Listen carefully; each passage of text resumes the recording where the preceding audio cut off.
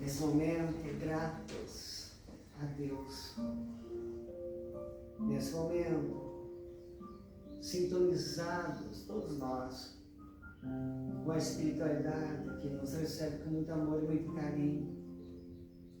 Nesse momento, todos nós possamos visualizar na nossa tela mental Cristo sorrindo, luminoso, a nos convidar para seguir. E que todos nós possamos, nesse momento, sentir as bênçãos, os fluidos penetrando em nosso corpo, em nossos pensamentos, em nossos sentimentos, para que tenhamos, assim, forças para prosseguir. Nossas jornadas individuais, nosso crescimento individual, nossas jornadas na coletividade, na sociedade, na família, no trabalho material, no trabalho espiritual. Essas bênçãos vão nos fortalecendo, nos iluminando, nos impulsionando, nos auxiliando a nos curarmos. Que possamos, nesse momento, somente agradecer. Juntos vamos vibrar como uma grande egrégora que agora se forma aqui neste centro de paz e luz, a todos esses irmãos que estão passando por esses momentos turbulentos,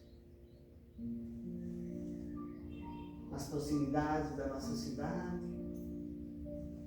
ou um pouco mais distantes. Que todos possam receber a bênção da esperança, do consolo, do entendimento e o prosseguir. E que nesta noite, através do nosso irmão Silvio, possamos aprender e compreender um pouco mais sobre essa temática tão importante para refletirmos.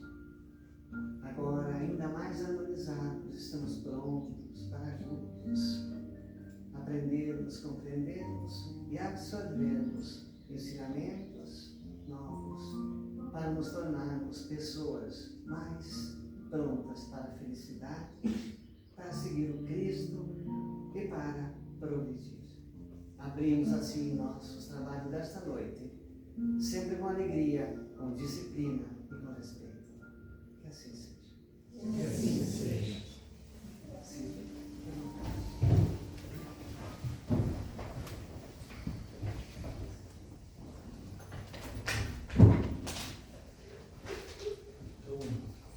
Muito boa noite a todos. Uma alegria chegar no momento do nosso reencontro, né? Eu esperava que a gente sempre, quando vai a alguma casa, fica muito feliz pela oportunidade que nos é dada de não aqui virmos ensinar nada para ninguém, mas na verdade compartilharmos entre nós aqui as nossas dúvidas, né? A verdade ainda só teve uma pessoa que teve aqui na Terra que conheceu, né? Nós, do nosso ponto de vista, enxergamos as beiradas, né? Não conseguimos enxergar tudo. Então, quando Jesus esteve aqui, ele sabia, né? O caminho, a verdade é ele. Nós somos apenas aprendizes, né? Estamos aqui tentando aprender. E o objeto dessa reflexão, eu até comentei, queria abrir em duas partes, né? Porque nós temos essa questão que está acontecendo com a gente hoje, seria interessante nesse momento, né? Oportuno falarmos sobre os desastres naturais, mas eu tinha preparado um material, eu vou tentar ser mais breve com relação a gente poder entrar na temática dos desastres naturais, mas as duas coisas se conectam, vocês vão ver que existe uma conexão entre elas. Na verdade, esse livro aqui faz parte de uma coleção, né? Vocês devem conhecer, do Divaldo Franco, que é a coletânea da série psicológica, esse é o segundo livro, O Homem Integral. São livros fantásticos, né? Mas esse livro é um livro de difícil leitura. As pessoas pegam esse livro e acham a linguagem bastante complicada, complexa. A gente tem que ter, eu gosto muito de ler, ali. Depois que eu li todos os livros do Chico Xavier, da coleção do André Luiz, eu pensei que já estava perfeito. Mentira. Não, mentira, só estava lendo, não aprendi nada ainda. Então, eu comecei a ler esse livro, essa coleção, e me chamou muito a atenção a questão da interpretação psicológica que a Joana de L'Angeles dá, né, ela traz através da mediunidade de Divaldo Franco, que é muito diferente do que nós temos as explicações, por exemplo, do André Luiz, né, que acabam se conectando. E eu comecei a pensar assim, nossa, mas ela faz tanto um trabalho de psicoterapia, né, ela trata tanto dessa questão, ela fala de Freud, fala de Jung, fala de vários e vários, né, grandes terapeutas que houveram. Então, eu fiquei assim, mas que sentido será que faz isso, né? E eu comecei a pensar quem é o homem integral, né? E por que eu estaria fazendo um trabalho de psicoterapia? Por que ela vem nesse sentido? Porque normalmente a gente fala sobre questões mais sensoriais, mais, né, morais, mais espirituais, mas ela vai na linha da psicoterapia. E eu pensando nisso, fazendo essa análise, eu comecei a me perguntar onde essas coisas se encontravam, né? E eu quis ir lá para o início para ver assim, pô, vem cá, quem somos nós na realidade, né? A formação, o processo de formação da nossa individualidade, que é uma coisa que ela aborda muito, né? Então a gente vai buscando em alguns lugares. Então eu fui lá no livro, por exemplo, Caminho da Luz, onde tem uma frase que muita gente fala, né? Do átomo ao anjo, né? Então quem somos nós? Passamos pelo reino mineral, passamos pelo reino vegetal, passamos pelo reino animal e depois entramos para o reino humano, para a racionalidade, enfim, chegamos onde nós estamos agora. As pessoas têm uma dificuldade de entender isso. Mas como que eu, um ser que criado por Deus, uma individualidade, fui colocado no reino mineral? Ocorre quando nós somos trazidos para nosso planeta, depois vocês vão ver como isso se conecta lá no fim, para o nosso planetinha Terra, que fomos convidados e tivemos a bênção de Deus nos dar a nossa vida, a nossa individualidade, seres pensantes, seres consciência, princípio inteligente. Nós tínhamos que ter uma roupagem para nos vestir aqui, porque o universo é composto de 3 coisas: Deus, a causa primária, o fluido cósmico universal e o princípio inteligente. Para atuar na materialidade e ainda na espiritualidade, o espírito precisa de um invólucro, que a gente chama de perispírito. E ele vai para cada planeta adquirindo uma formação, que é o formato que nós temos agora. Para que eu pudesse, esse perispírito, criar as condições e fazer o aprendizado da aglutinação dos átomos que nos formam, são formados por átomos. Na verdade, são formados por energia, por ondas. Quanto mais o homem joga laranja na parede, mais ele enxerga dentro do átomo, né? A gente diz assim, que é enxergar lá dentro, né? Os físicos falam, né? Que aquele acelerador de partículas é como se você jogasse uma laranja na parede, a laranja bate lá, na primeira vez que cai, só abre um pouquinho, cai umas gotinhas, tu vê que tem um pouquinho de laranja ali dentro, de suco. Aí você joga uma segunda vez com mais força, vai cair semente também, vai um pedacinho de bagaço, aí tu vê que tem mais uma coisinha dentro. Se você jogar mais forte, vai partir a laranja no meio, você vai ver mais coisas. Então assim, é isso que está sendo feito com as partículas, estão sendo jogadas umas contra as outras, para que se descubra o que há ali dentro. Mas o que é mais importante é que a gente está descobrindo que quanto mais se avança nesse universo, mais distante nós ficamos da matéria. Nós não vamos encontrando algo mais sólido ao final desse processo. Cada vez é mais ressonância, é mais energia, é mais movimento e menos matéria. Então nós vamos percebendo que lá no fim, tudo é energia. Então podemos, né, aferir aqui aquele princípio lá de que somos formados pelo fluido cósmico universal. Isso talvez seja uma prova. Já vimos o bóson de Higgs ali, que é a partícula de Deus, que dá formato às coisas, a teoria das cordas que formam os nossos corpos. Então o nosso espírito tem que vir nesse aprendizado, passa pelo reino animal, para entender como é que funciona a aglutinação desses átomos, nas suas formas, na sua geometria, né, nas suas moléculas, enfim. Depois vai para o reino animal, vegetal, para começar a ter as sensações. Nós sabemos que isso é verdade e isso é provado. Se nós temos uma flor na nossa casa, a gente conversar com elas todo dia, né? As mulheres sabem muito disso. Ela fica bonitinha.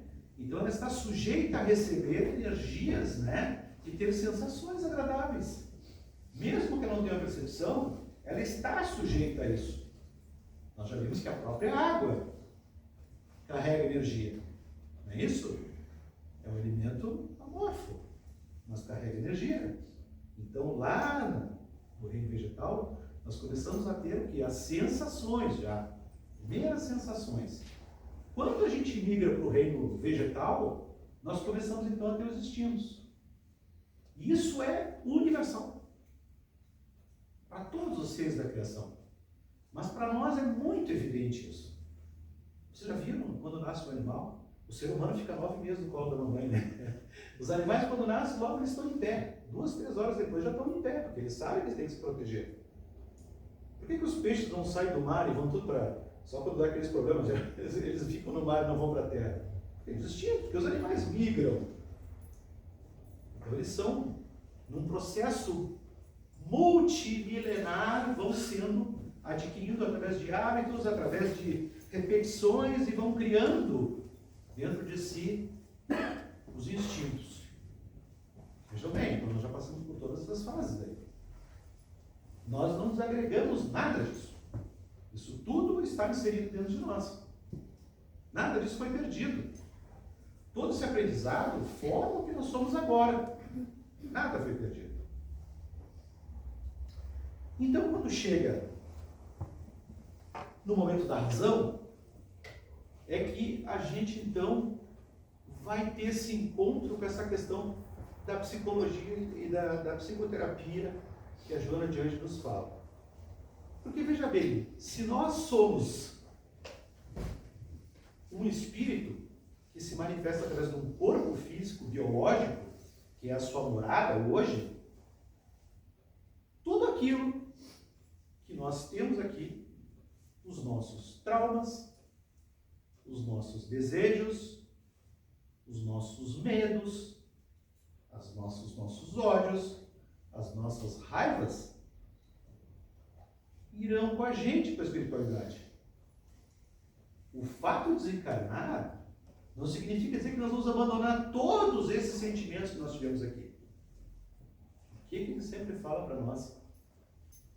Estaremos melhores ou piores conforme nós vivemos aqui os nossos sentimentos. Porque não vai mudar isso. A nossa individualidade continua existindo. É isso que os Espíritos vêm nos dizer. Olha, tu continua a mesma pessoa. Lamento te dizer. Tu só vai te encontrar com a verdadeira vida, mas tu és o mesmo. Com os meus sentimentos, com os teus complexos, com as tuas raivas, com os teus traumas. Bom, quando eu estou no corpo físico, esse trabalho da psicoterapia é ou não é importante então?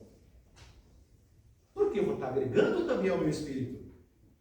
O ensino é ou não é importante também? O conhecimento é ou não é importante também? O refletir sobre a vida é ou não é importante também? Me preocupar com a minha espiritualidade é ou não é importante? É. Porque isso vai continuar. Vai seguir comigo. Aí comecei a entender, não, cara, essa Joana de Anjos está certa. Quando a gente deixar o corpo físico, nós estamos pensando, cara, nós vamos virar espírito, vamos virar umas fantasminhas, que nem o Gasparzinho. Não, agora eu não sou mais gente, eu sou espírito. Não, nós somos as mesmas individualidades. Toda essa carga emocional que nós temos segue para o outro lado. Eu costumo dizer, quando a gente faz uma análise, tem um livro muito bom do Herculano Pires, que acho que é Tempo e Memória, né? Que ele fala que é como se fosse um LP, que cada vida fosse uma música. Quando tu dá um tropeção muito forte no que tinha toca-disco, não existe, você nem sabe o que é isso. Tu tropeçava no toca-disco, tu batia nele no meio da festa, né? Arranhão meu disco. Então tinha aquele arranhão no disco, e toda vez que tu botava as músicas, passava ali e fazia... Ou então ele ficava repetindo. É a mesma coisa que um trauma. Vocês entenderam? Eu fiz um risco no meu HD, na minha memória, no meu disco. Toda vez que eu, numa outra reencarnação, passei na espiritualidade, voltei a reencarnar, tem aquele risco lá no disco. Bate ali de novo. O trauma volta. Né? Ele está ali registrado. Isso não deixa de estar registrado na minha memória. Vai ficar lá comigo. Então, vamos linkar com uma situação que nós estamos vivendo agora. Imaginem essas pessoas que estão passando por essa situação. Eu já passei por isso também uma vez, na Montenegro. Então eu sei do que eu estou falando. A minha esposa veio morar aqui porque ela é traumatizada. Nós moramos num dos lugares mais altos de Casa Barbosa. Ela é traumatizada. Ela teve que subir a criada com o meu filho. Então ela ficou com esse trauma. Eu não estava lá no momento. Depois que eu cheguei, estava destruído, mas ela passou por uma situação bem pior que a minha. Estourou uma adutora, foi uma chuva torrencial. destruiu uma estrada, enfim, a água acabou represando e entrando nas casas todas. Era um lugar longe do rio, mas mesmo assim entrou água. Bom, ela ficou com esse trauma. Então, lá, na memória dela, um risco no disco. Toda vez que passa, aí nós ficamos pensando assim, por que eu tenho medo? Não preciso ter medo de nadar. Sabe lá o que aconteceu na tua vida? Mas eu tenho medo de andar de avião.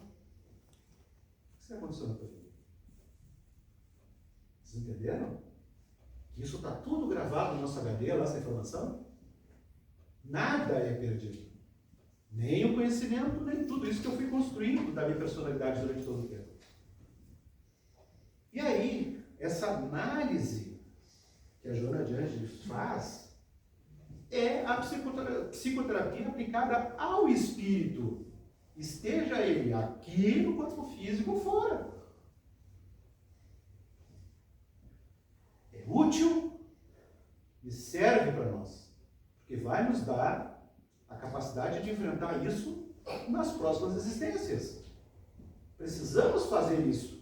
Precisamos nos preocupar com a nossa saúde mental. Precisamos nos livrar dos nossos traumas.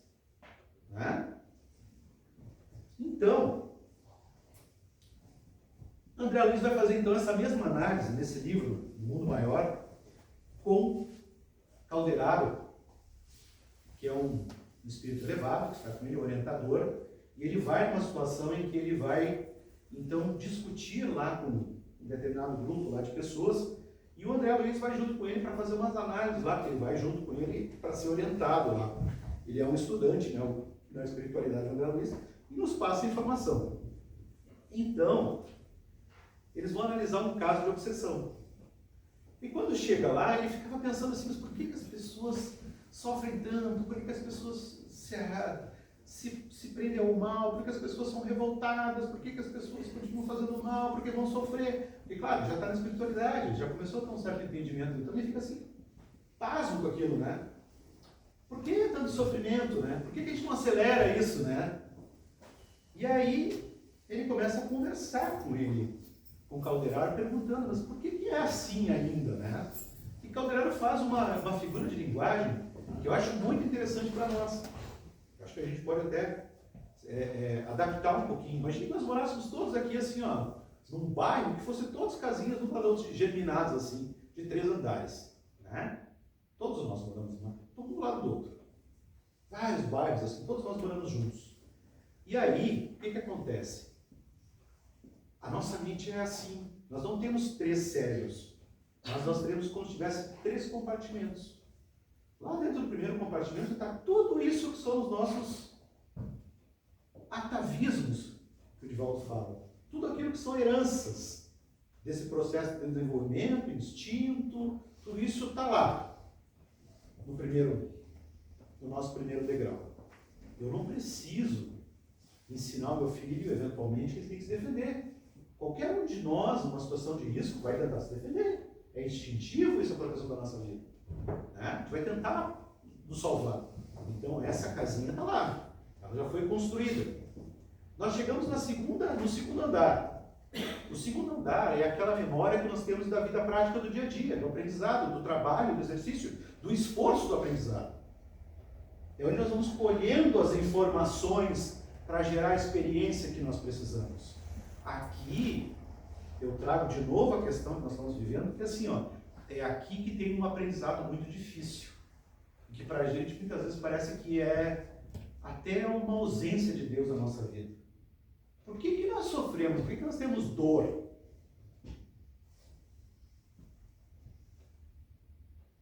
Por quê? Por que nós sofremos? Para aprender, para reparar, para resgatar aquilo que nós temos dependência junto à divindade. Nós viemos aqui num processo de reencarnação cujo maior objetivo é o aprendizado. Então, senão, por que reencarnar? Qual o objetivo? Né? Só através do corpo físico é que eu vou sentir dor, que eu vou sentir prazer, que eu vou sentir fome, que eu vou sentir sede e que eu vou ter todos esses desafios. Porque são esses desafios que vão me ensinar. Inclusive quem já fez docência, aí sabe, eu estou fazendo docência para o ensino superior, fala muito de Piaget sobre a questão da construção do conhecimento. Lançar os desafios para que a gente aprenda. Então veja bem, como é que eu vou ensinar o meu filho se eu não der a oportunidade dele para ele cair, para ele dar os primeiros passos e cair? Se eu não der para ele o desafio de andar e ficar carregando ele no colo, eu vou atrofiar as pernas dele. Eu estou fazendo bem para o meu filho? Vamos lá, 2 experiências. Carrego meu filho no colo para ele não cair. Não. Se Deus nos criou para o desafio de nos aperfeiçoarmos, eles têm que nos dar o quê? Desafios, aprendizado, experiência, que é só assim que eu vou construir minha personalidade. E uma das coisas mais complexas e mais difíceis de entender é justamente a dor. Porque a dor é uma forma de ensinar. Eu sempre brinco assim, eu tenho uma cicatriz aqui no meu braço, que a gente tinha fogão a lenha em casa, lá na minha casa, minha mãe dizia assim, não põe a mão no fogão a lenha, não põe a mão, e a gente não adianta. Falar, um dia eu fui mexer, dei uma queimada e ficou uma cicatriz. Durante muitos anos eu me lembrei que o fogão queimava, né? Então, eventualmente, com aquilo ali eu aprendi alguma coisa, né? Porque talvez eu tivesse que passar por essa experiência. Então, se eu vou pegar e ferir a irmã ali, como é que eu vou saber, na minha ignorância, do meu ponto de vista, o mal que eu causei para ela? Eventualmente, eu vou ter que passar pela mesma situação que eu causei para ela, para que eu tenha que sentir o que ela sentiu para saber o tamanho do estrago que eu fiz. Nesse momento, eu tenho a dor na forma de aprendizado e de reparação. Causa e efeito, né? Então, não só estou reparando os erros que eu cometi, mas também estou aprendendo com isso. Este, meu irmão, tu fizeste com a tua irmã, agora a lei divina, né? Não é Deus não castiga. Deus nos criou para sermos felizes, para irmos em direção a Ele, para que a gente possa evoluir. Mas o mecanismo previsto é esse.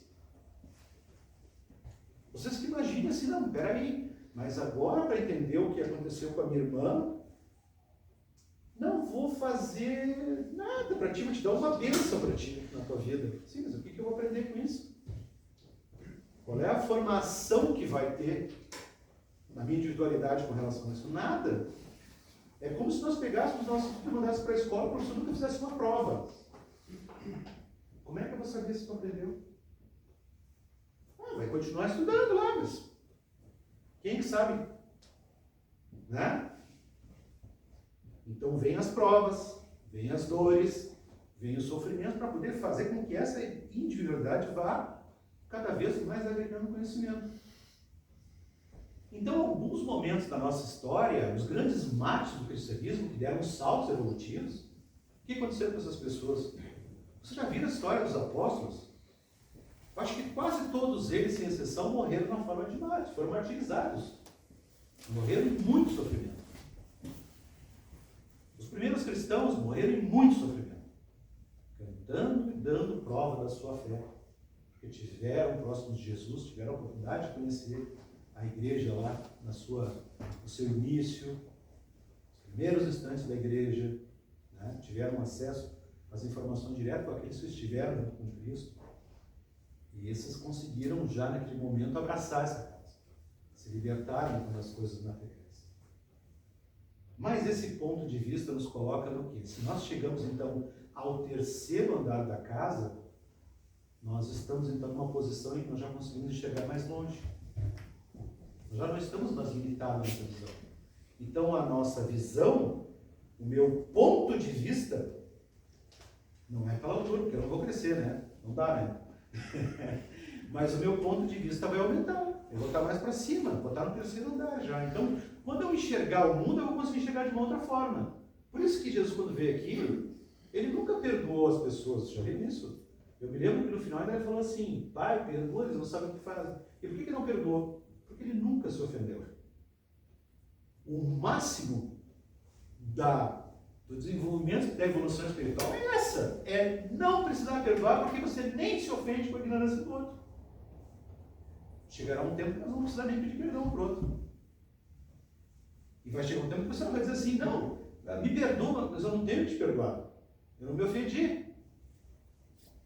Já viram? Nós chegar nesse ponto em que a gente não vai se ofender? Mas o Cristo era assim. Ele já estava pronto, já era um espírito pronto, então ele já sabia disso. Então ele nem se ofendeu quando fizeram para ele, porque ele sabia que era... Eu sempre uso o exemplo da criança. Se eu colocar algum objeto aqui, eu tenho uma netinha, terrível. Aí eu boto um objeto aqui ao alcance da minha neta, ela derruba, depois quem cometeu o erro fui eu ou foi ela? Fui eu, deixei o alcance dela. Tá? Agora vocês transfiram isso assim, eu vou pedir para ela pedir desculpa. Ela tem que pedir perdão, porque ela fez, não. Na inocência dela, ela não sabia o que ela estava fazendo. Era um copo, era uma xícara, foi uma coisa do corpo. E o que acontece com nós? Nós somos espíritos, ainda lá no início do processo. Então, quando nos dão o livre-arbítrio, é mais ou menos como isso. Eles espalham um monte de xícara e copo pela casa. E aí nós vamos derrubando, entendeu? A vida vai colocando xícaras, copos, garrafas, pratos, e nós vamos derrubando tudo. É uma festa.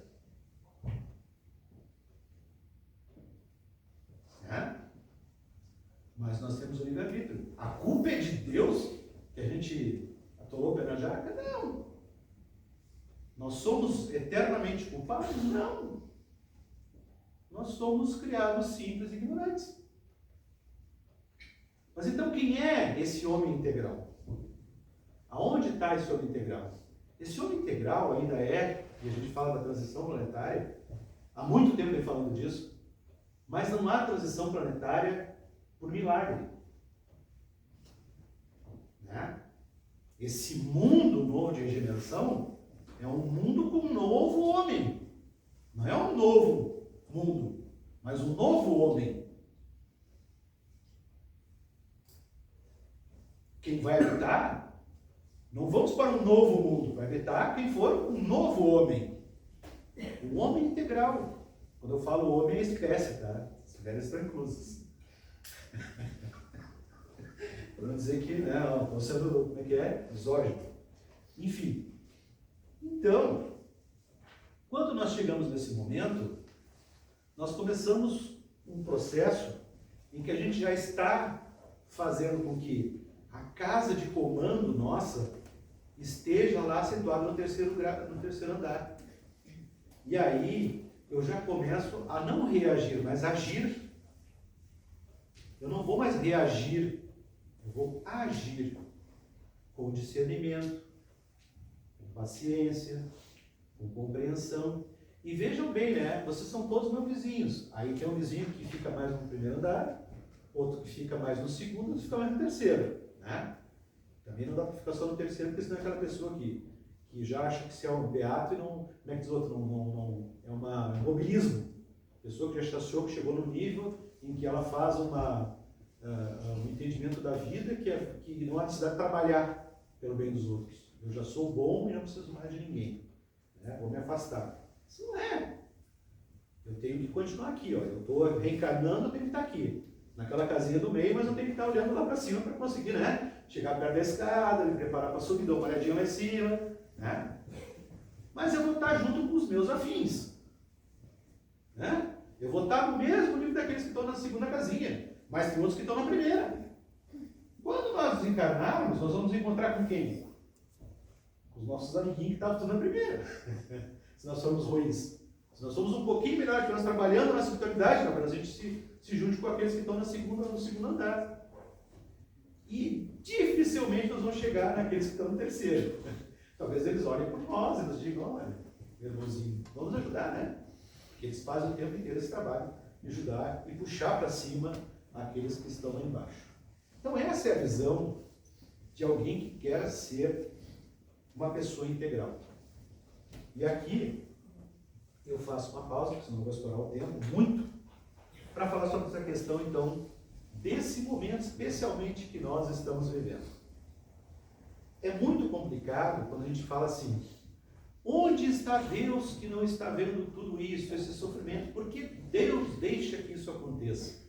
Quando o Allan Kardec faz essa pergunta, o Espírito está dizendo assim, mas você está cobrando de Deus, né, o que ele faz? Pô, é uma pergunta meio, né, para Deus, né, óbvio, por que Deus deixa acontecer isso, né? Quem somos nós, né? Na fila do pão, no Egito, como dizia o Chico dizia que era o Cis, quem somos nós, né? Então, o que eu faço? Eu fico pensando que tudo isso é castigo. Tudo isso é castigo, estamos castigando. Deus é castigo, porque eu criei uma figura, não de um pai celestial que criou o universo e que me deu a vida por amor. E que é infinitamente bom e infinitamente justo. Dele não sai nada ruim e nem injusto. Se nós não conseguimos compreender os desígnios dele, é porque nós não conseguimos chegar no nível do conhecimento. Por isso que eu falo da verdade. Do nosso ponto de vista, nós estamos enxergando, nós somos fotógrafos de superfície, querido jeito. Jesus já compreendia o que ele queria. Já entendia quais eram os desígnios de Deus. Nós não temos essa capacidade ainda. Mas uma coisa é certa. A vida nunca é injusta com ninguém. Nós somos o que somos. Somos o que somos. Seremos aquilo que é o resultado do nosso esforço. Ninguém está no universo, longe de Deus, ou num lugar que não merece. A justiça divina não permite que nenhum de nós esteja num lugar que não seja de merecimento. Porque Deus é infinitamente bom e infinitamente justo.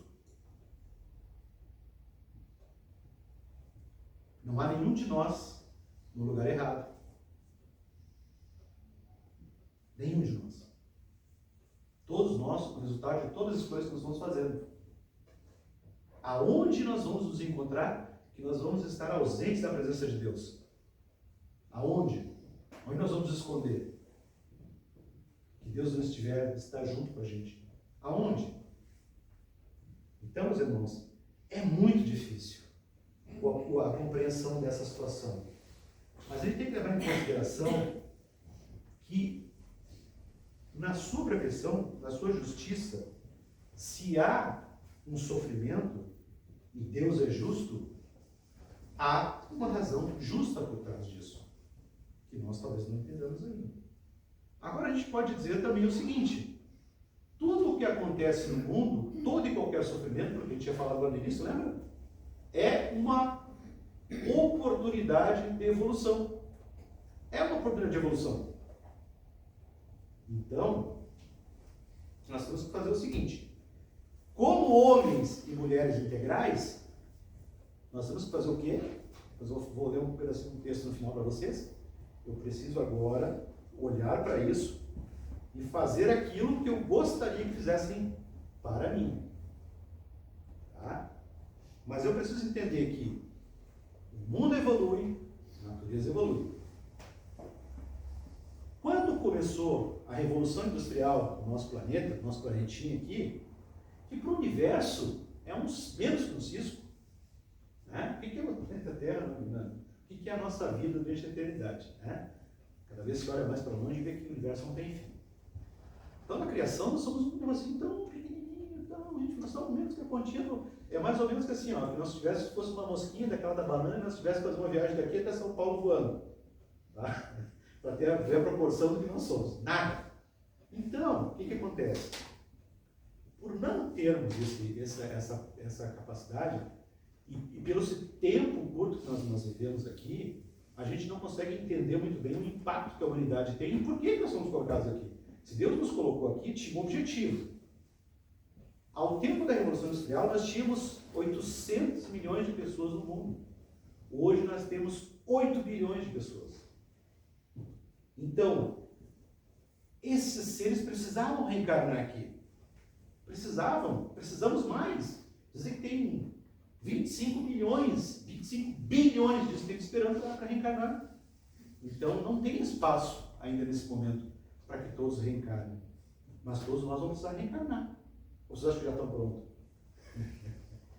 Não estamos, né? Agora vejam bem.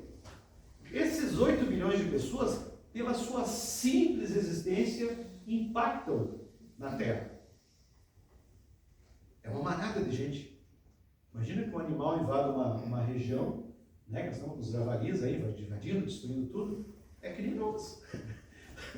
Só que nós somos 8 milhões, e nós temos o quê? Razão, conhecimento, inteligência, desenvolvimento. Só que o que nos move é que está errado. Nós somos movidos pela ganância, pelo dinheiro, pelo ter. Somos movidos por isso. Então, nós vamos continuar vivendo, produzindo, industrializando, porque isso nos deu capacidade de chegarmos a 8 bilhões. E talvez sejam 15, 20, 30. Talvez a Terra tenha lugar para 40 bilhões de pessoas. Por que não? Só que quem vai conseguir fazer com que isso se estabilize? É o homem integral e a mulher integral. Porque a partir daí, o que falta na mesa de um não está sendo desperdiçado na mesa do outro. Né? A partir daí, o que nos move não é a ganância. A partir daí, o que nos move não é o dinheiro. É o trabalho em si, necessário para a sociedade. Então, esse novo homem vai habitar um mundo assim.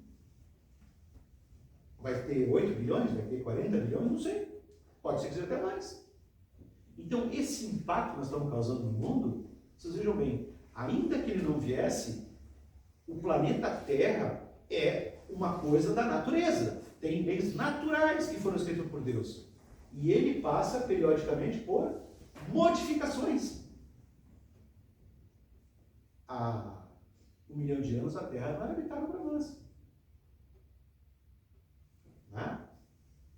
Era de maneira que nós vivemos. E se nós não buscássemos sair do quê? Do sofrimento, da dor, nós estaríamos aonde? Nas cavernas ainda. Lembra da dor? Sofrimento?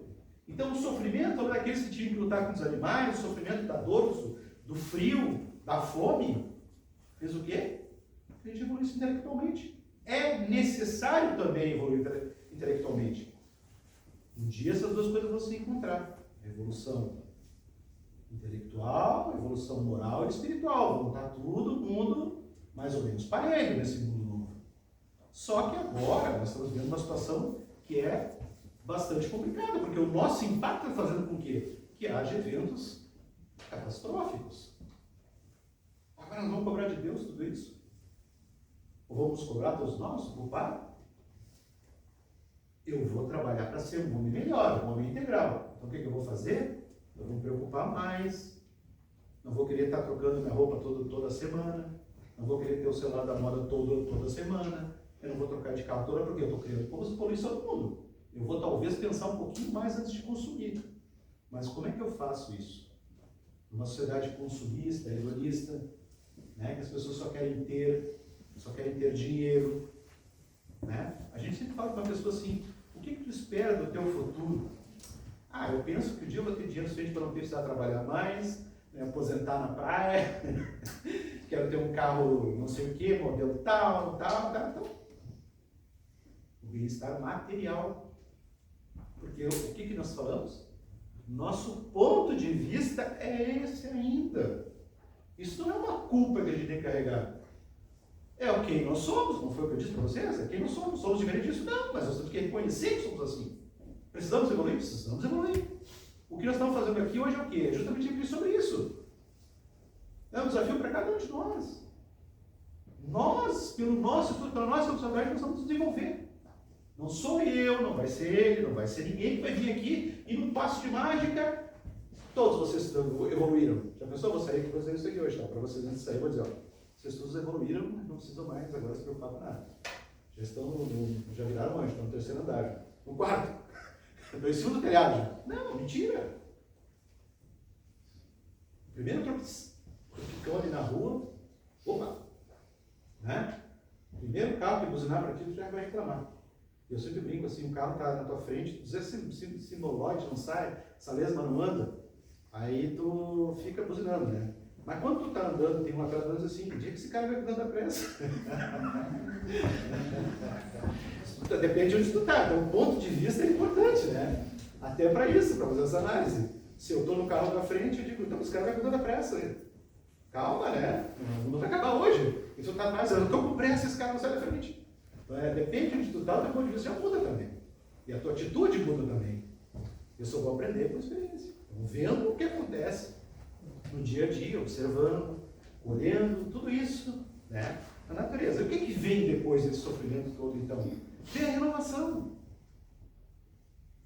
as paisagens mudam, as pessoas vão encontrar nisso aí fontes de novas amizades, vão cair de cima do salto, como a gente fala, do orgulho, vão aprender a ser mais humildes, vão aprender a ser mais colaborativos uns com as outras, porque todos estamos passando por essa dificuldade.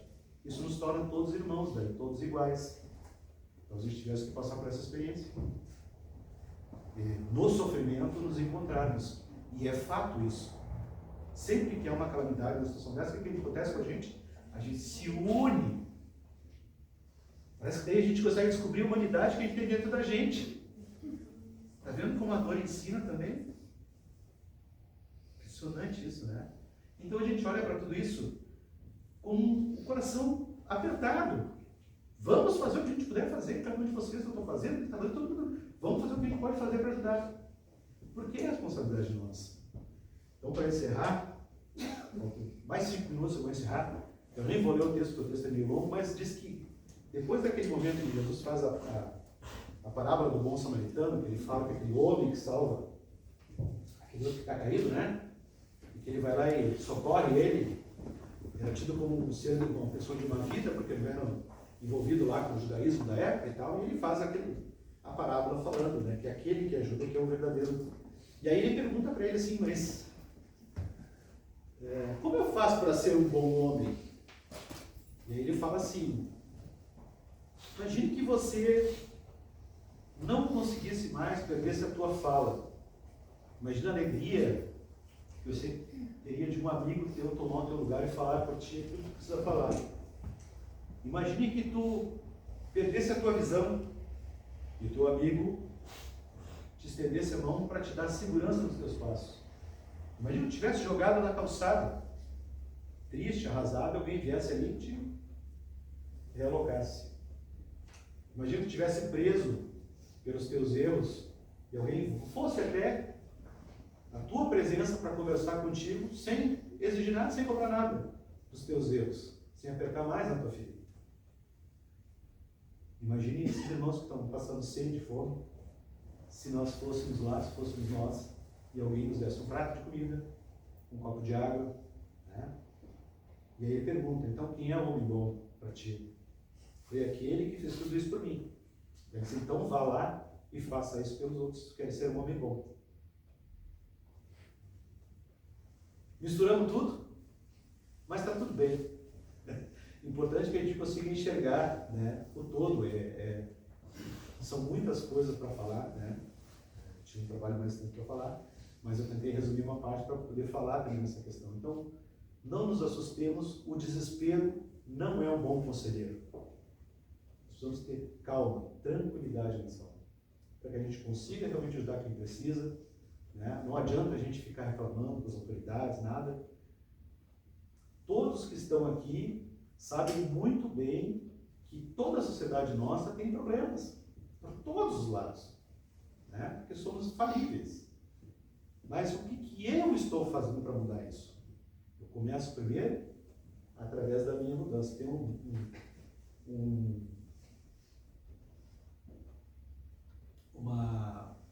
texto em chinês que fala que antes de você sair para mudar o mundo, dê 7 voltas na sua casa. Né? Então veja primeiro a tua casa mental, como é que está, trabalhe isso. E é mais ou menos como trocar o pneu do carro com o carro andando. Não adianta esperar que nós vamos ter um tempo para sermos felizes, né? Vivemos esperando o dia que seremos felizes. Não vai vir esse momento de felicidade e paz que nós tantos almejamos. Isso, ó, está aqui dentro da gente. Essa busca da melhoria, ela é incessante. E tem que ser no dia a dia. No acordar de manhã, no ir trabalhar, no encontrar o colega que a gente não gosta muito, né? De ter que ligar para a mãe para ver o que está acontecendo, de pagar o boleto no banco, né? Aí, aqui é só uma horinha que a gente tem para conversar. O desenvolvimento mesmo está lá na rua. Quando eu encontrar aquele irmão que me tira do sério, né? Que para na minha frente, não anda, como é que é? Não dá sinal, não dá seta quando entra. Aí que eu vou desenvolver tudo isso, a paciência, a misericórdia, a compreensão. Então nós estamos aqui para fazer isso. Os escândalos hão de vir. Obrigado pela paciência de vocês. Quer fazer a prece, Silvio? Posso?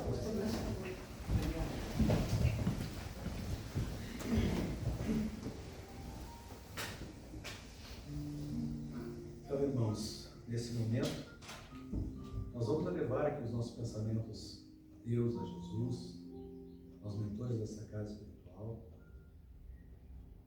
elevando a nossa melhor energia, o nosso amor, o calor do nosso abraço a todos esses irmãos que estão agora deixando o corpo físico nesse desastre, aqueles que já deixaram, aqueles que estão sofrendo nas suas casas, para que Deus tenha misericórdia para com eles e que eles tenham no seu coração esperança em dias melhores.